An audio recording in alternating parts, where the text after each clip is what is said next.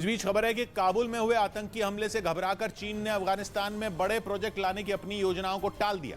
12 दिसंबर को आतंकियों ने शहर के उस होटल पर हमला कर दिया था जहां बड़ी संख्या में चीनी नागरिक ठहरे हुए थे, जिसमें 2 लोगों की मौत हो गई थी और 5 चीनी नागरिक घायल हो गए थे। और उस आतंकी हमले से डरकर अब चीन ने अफगानिस्तान में अपनी बड़ी परियोजनाओं को शुरू करने पर रोक लगा दी। जबकि अफगानिस्तान पर तालिबान का कब्जा होने के बाद चीन पाकिस्तान, रूस और ईरान की तरह तालिबान शासन के भरोसेमंद सहयोगी के तौर पर उभरा था और उसने वहां कई बड़े प्रोजेक्ट लाने का ऐलान भी किया था। यही नहीं, पिछले साल चीन ने अफगानिस्तान को $31 मिलियन यानी भारतीय रुपयों में 250 करोड़ रुपए की मदद दी थी।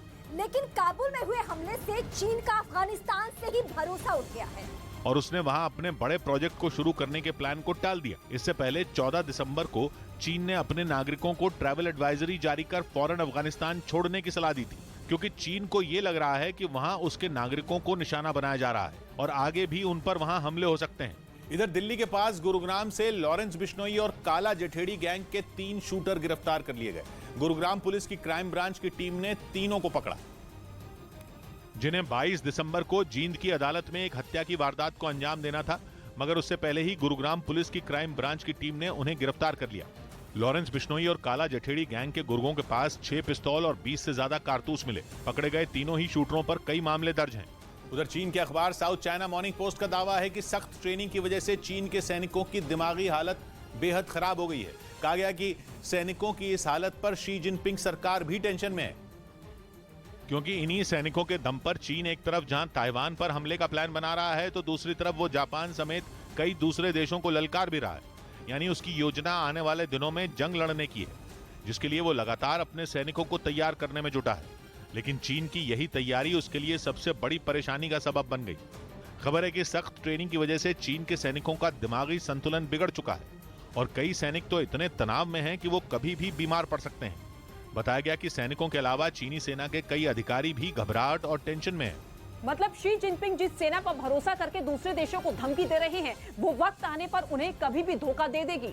क्योंकि कहा जा रहा है कि दिमागी हालत खराब होने से चीन के कई सैनिक मिलिट्री ड्रिल में भी हिस्सा लेने की स्थिति में नहीं है। इसी वजह से उन सैनिकों और अधिकारियों की काउंसलिंग करवाई जा रही है, ताकि वो मानसिक तौर पर जल्द से जल्द ठीक हो सकें। इधर हिमाचल प्रदेश के CM Sukhvinder Singh Sukhu corona positive हो गए, जिसके बाद प्रधानमंत्री से होने वाली उनकी मुलाकात को रद्द कर दिया गया।